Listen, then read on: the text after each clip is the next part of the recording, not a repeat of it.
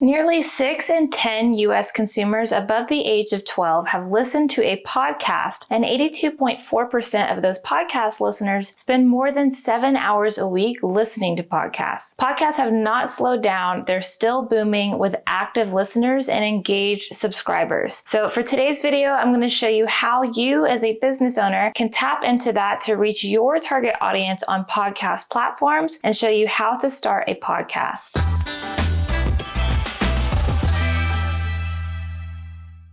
What's up, everybody? Welcome back to the channel. I'm Brandy with LYFE Marketing, the digital marketing agency with a mission to help small businesses grow. Before we get started, please go ahead and like this video for me, subscribe to the channel, and hit the notification bell so that you get notified when we post our weekly business growing videos. All right, today we're going to talk about how to start a podcast for beginners. And we just launched our LYFE Marketing podcast last year, so I'm going to walk you through the exact steps that we took to launch it. So let's jump in with the first thing that you need to do: determine your niche.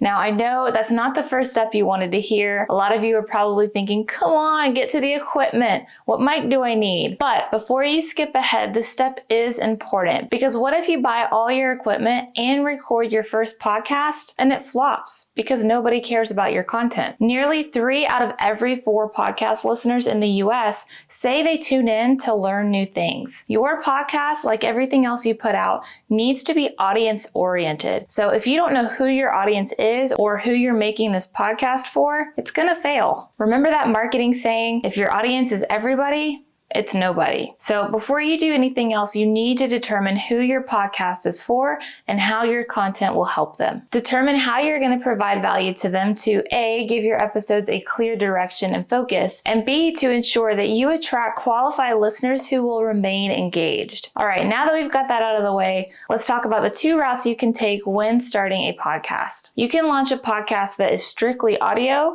or you can do what we do and make YouTube videos that double as podcasts. So hello to all of our podcast listeners. The first route is probably a little easier when it comes to starting a podcast for beginners in that there's less setup. But the second route kind of helps you kill 2 birds with 1 stone. And I know for busy small business owners, making the most out of all your efforts and stretching them as far as you can is everything. So let's talk about the audio only route first, and then I'll cover the way that we do it. Let's start with the equipment you'll need for an audio only podcast. The first thing you'll need is a mic. The 3 main mics out there are digital, which uses a USB to connect directly to your computer, and then there's dynamic and condenser mics, which are analog. The type of mic you want will depend on a few things. If it's just you recording the podcast, you can get away with using a digital mic.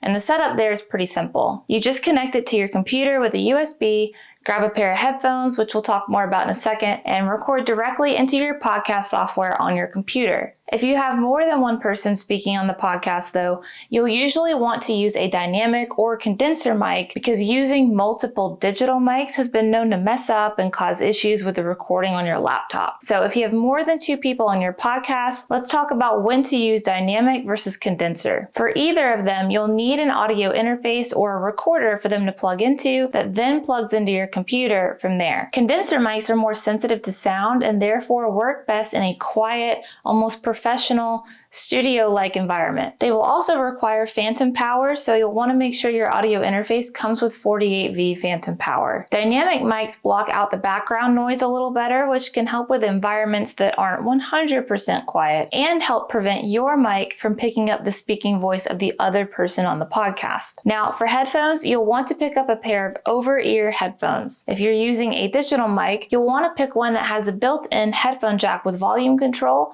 so that you can hear yourself well in real time as you're recording. If you're using an analog mic, you'll either want to pick an audio interface that has multiple headphone jacks, or pick up a headphone amp for that purpose so that everybody can hear what's going on in their headphones during recording. And make sure you check everyone's headphone levels before pressing record. Now, an optional but useful piece of equipment is the pop filter.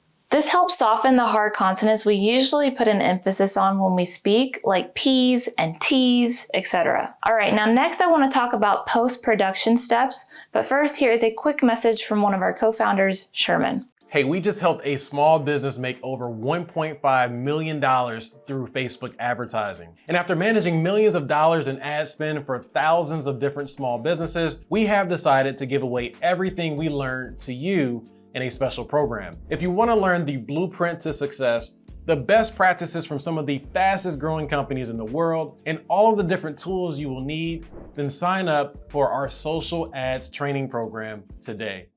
All right, let's talk about what to do once you've recorded your audio podcast. One thing we see asked a lot is how to start a podcast for free, and there are some great free editing softwares out there. Audacity is the most popularly used free podcast software for non-Apple users, and GarageBand is one that I believe comes free on your Mac for Apple users. When you're editing, you'll want to cut out any audio you don't want used or dead space, and you may need to edit your volume or speaking voices a little to make sure that they sound the same throughout. Both Audacity and GarageBand are solid, reliable recording and editing programs you can use to accomplish these things and perfect your podcast. If you're wanting to invest money in something more professional, Avid Pro Tools is probably your best bet. Once you're done editing your audio, you'll need to export the file as an MP3 and upload it to a hosting website. The hosting website is a site that makes uploading the audio file user-friendly for you, and it kind of does the legwork in getting it to podcast platforms like Apple Podcasts, Spotify, Stitcher, and so on. We use Buzzsprout, and that's one of the more popular hosting sites I've seen recommended, but there are other ones out there that you can look into like Captivate,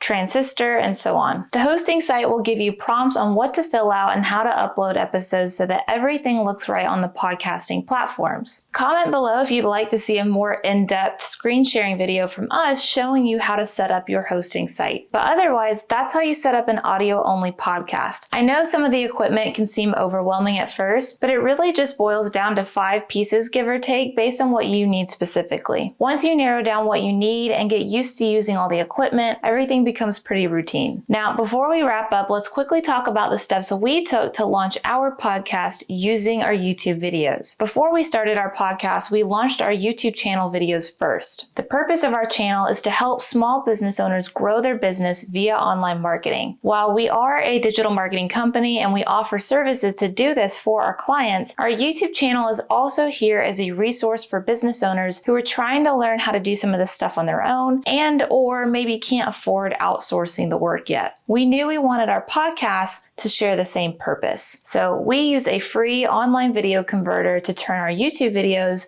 into MP3s and then follow the same steps on Buzzsprout that I just shared to get the audio file out to the world. And so far we've had 1,512 downloads. Now with this route, your setup and focus is going to be more on video creation up front and then turning that into a podcast as a secondary step. So I'll link Sean's video on video marketing in the description, and if you click to the 12:41 mark in that video, he shows you the exact setup we all use on this channel, from the lights to the camera equipment and everything to film all the videos that we do. All right, you guys, that about wraps up everything I have for you today. I hope you found this video helpful. If you did, please give it a like, subscribe to the channel, and hit that notification bell before you go, and I will see you in the next episode.